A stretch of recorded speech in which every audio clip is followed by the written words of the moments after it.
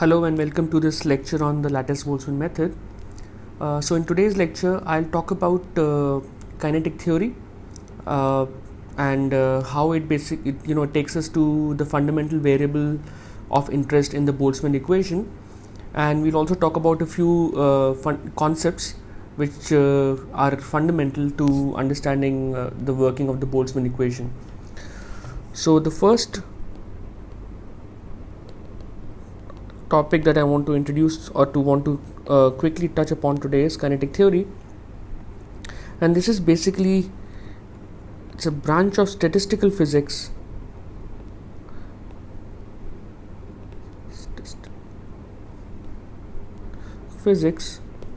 that deals with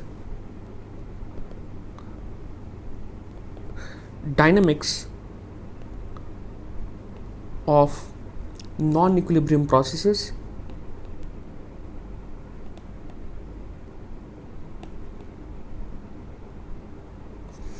and their relaxation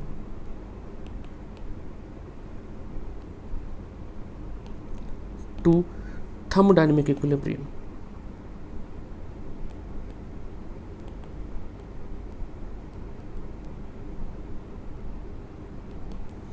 So what do I mean by, there are some big words here. So what do we mean by statistical physics and what do we mean by equilibrium? In fact, that is the whole concept or the whole idea of doing today's lecture. So statistical physics, in a sense, is a branch which deals with or which talks about statistics in terms of particles. So we're dealing with a large number of particles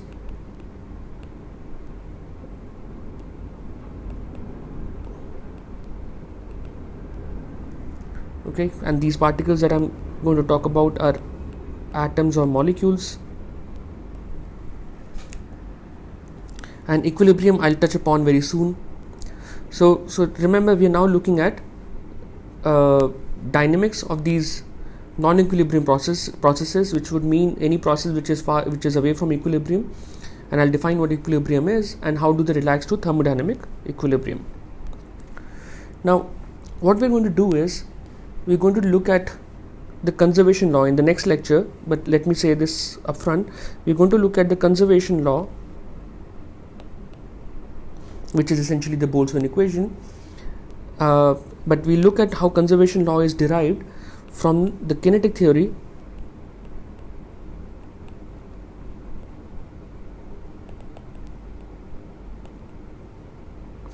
but it's done under certain assumptions.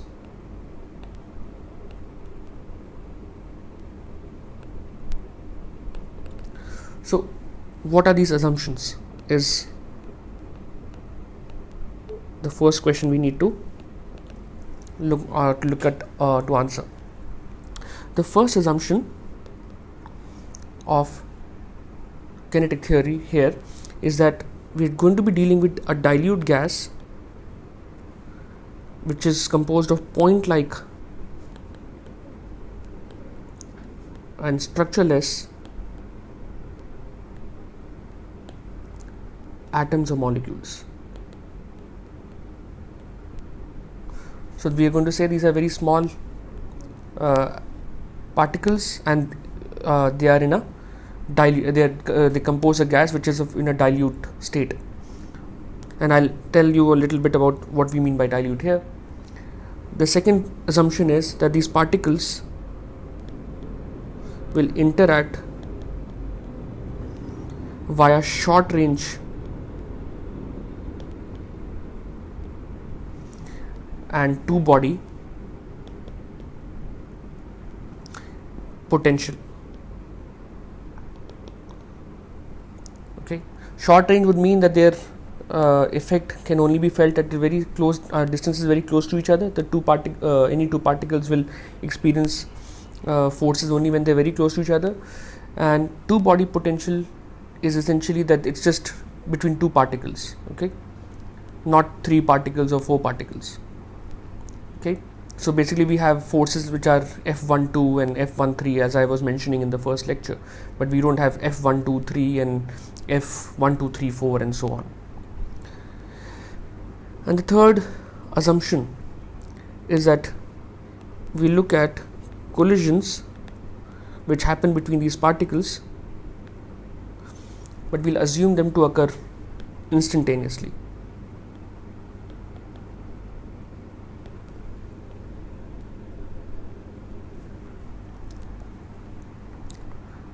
Okay. And finally, the last one is that we will only look at binary collisions, or we'll only look at situations where there are two particles basically which are moving towards each other. Let's say that only two particles can collide. We cannot have, so this is allowed, but we cannot have maybe three particles, moving and colliding. So this is not going to be allowed. And of course 4 particles and 5 particles and so on and so forth, those situations are not allowed. Now just to see how these assumptions work out, so let's say we have a box of a gas. So let's say we have a box of gas, right? Let's say the box volume is 1 centimeter cube. Okay, and let's say this box is at, the gas is at P atmospheric pressure. So it's at atmospheric pressure, the temperature is, let's say, 298 Kelvin, standard conditions. So you can estimate that in general the gas will have, if I want to calculate the number of particles in this gas, you can estimate that it would be roughly around 10 to the power 20. Okay, so this would be the number of particles in this volume. Now say I want to estimate the volume occupied by these particles because of their physical size. Now volume occupied by particles alone would go something like n into sigma cube, where sigma is the atomic size, and the atomic size is roughly 1 angstrom, or what we say as 10 raised to minus 8 centimeters. So clearly n sigma cube would be 10 to the power 20 into 10 to the power minus 8 to the power 3, which comes out to be 10 to the power minus 4 centimeter cube. And this is much lesser than 1 centimeter cube. So this is what I meant by a dilute gas. Okay, and more importantly, that the particles are far away from each other, and so they only interact via short range two body potentials. Okay, so the assumptions that we are making now are based on this concept. Now the fundamental variable in the Boltzmann equation, or in the kinetic theory which leads us to the Boltzmann equation, is what we call as the particle, or sometimes known as the probability distribution function. Okay, which is f as a function of x, xi and t, where x basically means the position, t means time. So x is the position, t is time, but xi is a special variable which is the microscopic particle velocity.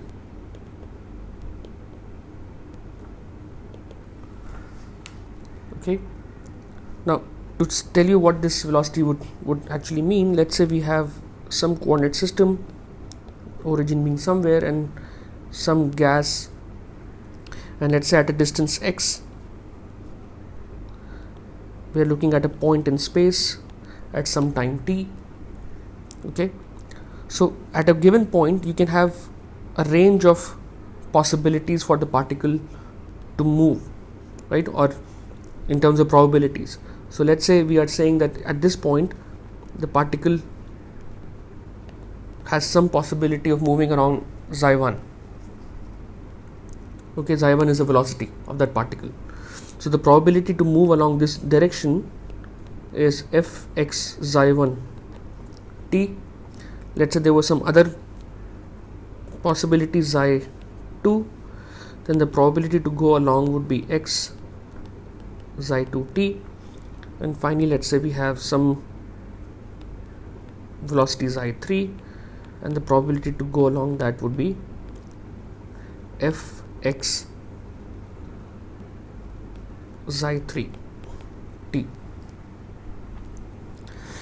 and so on and so forth.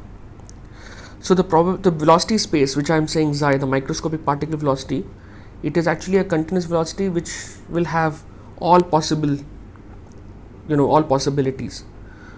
So it is not just few discrete vectors. In the microscopic sense, a particle can go along any direction, and so we are now quantifying the density, the probability density of a particle moving along that direction xi, or along that with that velocity xi with that direction.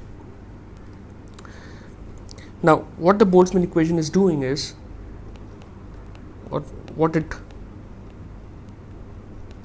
helps us to define is that basically, first thing that I can write about is that it's an equation that can be used to analyze the properties of fluids which are far from equilibrium,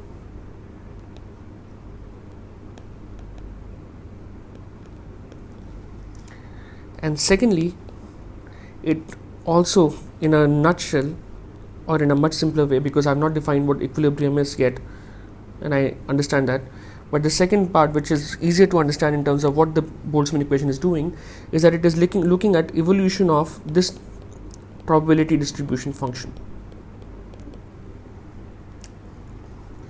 So it is trying to identify, or it's trying to tell you how this distribution function evolves with space and time.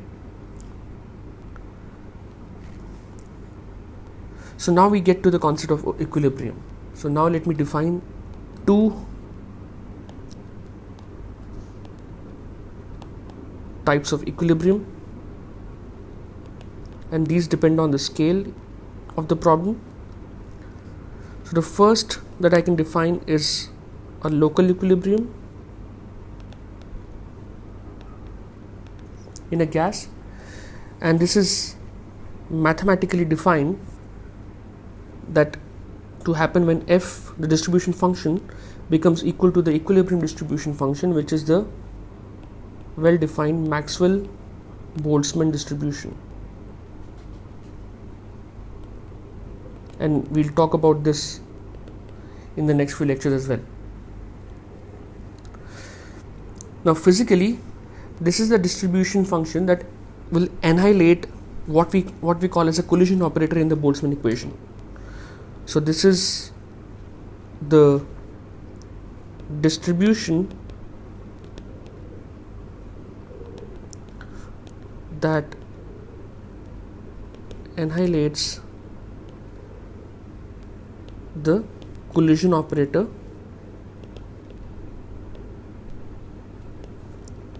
in the Boltzmann equation. So I understand that I have not defined what the collision operator means, but for now let me just say that we'll talk about this again when in the next lecture, when we'll introduce the collision operator. But this is a special type which basically means, or this distribution function f becomes f equilibrium, which is a very well known distribution based on probabilities as defined by Boltzmann and Maxwell. Now the second equilibrium is global equilibrium.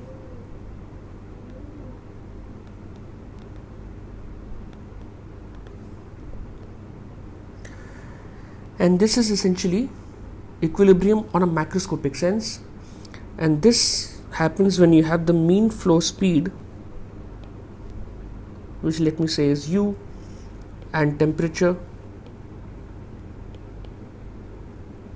which are the two macroscopic variables that we can perceive, when these are constant throughout the fluid.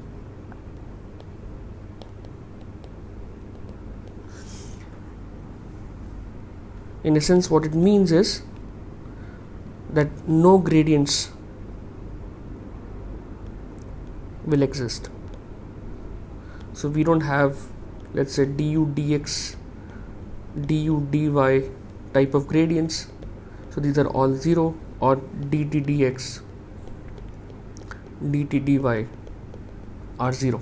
So when no gradients exist, that is a condition when we reach global equilibrium. Now, these two equilibriums there's a reason why we call one as a local excuse me, and the other one as a global equilibrium. Now, these two happen on very different time scales, and the local equilibrium actually happens on a time scale which is much shorter than the global equilibrium time scale. So let's say I want to write the time scale for microscopic or local equilibrium. So the micron symbol indicates microscopic scale. So microscopic equilibrium will happen, or can be written in terms of the time scale, which would be, let's say, the average mean free path by the thermal velocity on the microscale. So what is thermal velocity? Thermal velocity is essentially given by square root kBT by m, where kb is the Boltzmann constant, T is the temperature, and m is the mass of the particle. So this will be the local, or the time scale for local equilibrium. If you want to look at now time scale for the macroscopic equilibrium or the global equilibrium, this will happen over some macroscopic length scale by the macroscopic velocity. So this capital M now indicates macroscopic scales. So this is the time scale for the global equilibrium, and we have this being for local equilibrium. Now, needless to say, you can plug in values and see that this microscopic equilibrium will actually be a time scale of the order of microns, and even lower than microns, where the microscopic time scale will be of the order of a few seconds or hours, depending on what problem we are solving.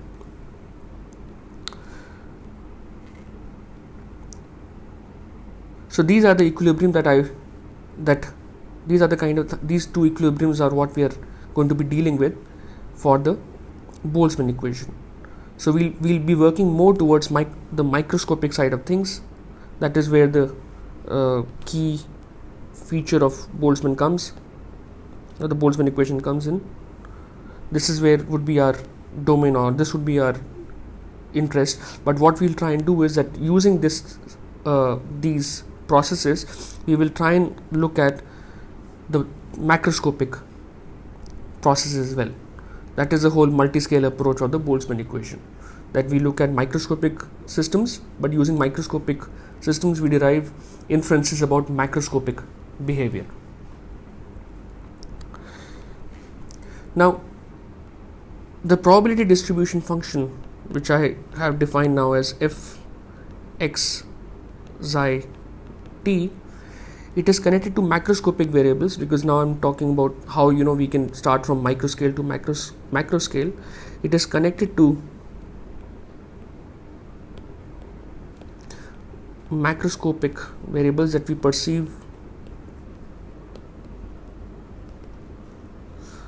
such as density, velocity, it could be energy, and so on and so forth. And this is done through what are called as moments. And what are these moments? In a nutshell, these are integral of the distribution function over the entire velocity space, and these are microscopic velocities, not macroscopic velocities, but weighted with some function of the microscopic velocity, with some function of the microscopic velocity. So let me give you a few examples. The most common macroscopic variable that we observe in a gas is the density. So the density could be written as integral f x xi t integrated over the velocity space. Okay.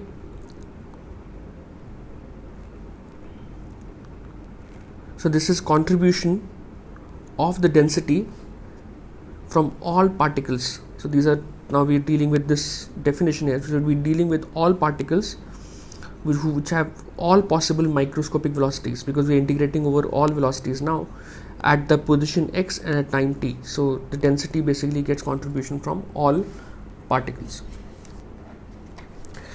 The second one that we can define is the momentum density.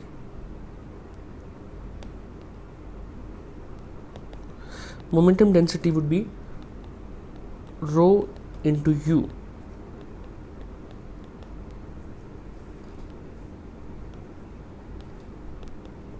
So this would be equal to xi times f x xi t integrated over the xi space.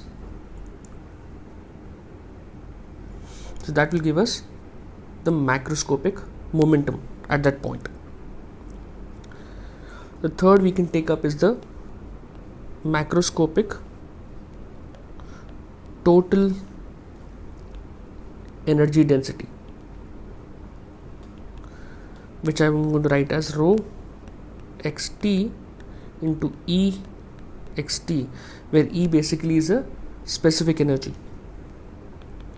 So this would be half, because we are dealing with all energy states, so half xi square f x xi t integrated over the velocity space again. Now this is a very special form, because this energy contains energy due to bulk motion,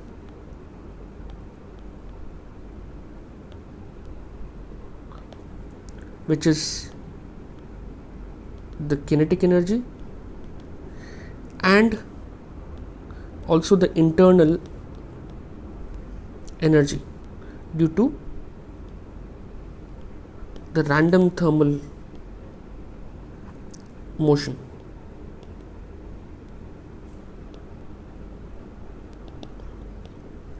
Which, let me say, is sort of like the internal energy just because of thermal motion.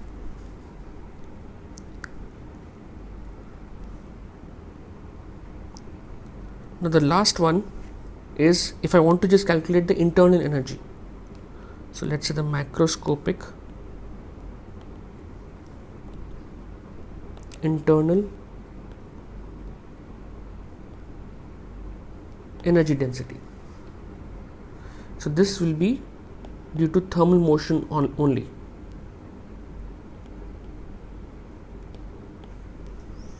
Now this one we can write as rho xt into u bar xt would be half. Now in this case we have to subtract the kinetic energy, because we don't want the bulk motion to be taken in. So what we'll have is a superficial velocity, which would be xi minus u x comma t square f x xi t d3 xi. So we are now we are looking at the energy due to random thermal motion of particles by subtracting the velocity of the bulk flow from each and every particle. So it's a relative velocity. That would be the random thermal motion. Now if you don't agree with this, you may actually want to simplify the right hand side, and if you simplify by opening up the square, the term in the square here, you can actually prove that rho into E would come out to be rho u bar plus half rho u dot u, based on using the other moments that we already defined, which would lead to E being equal to u plus half u dot u.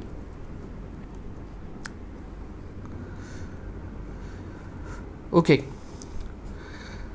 so now I've given you some flavor of the distribution function and how it's related to the kinetic theory.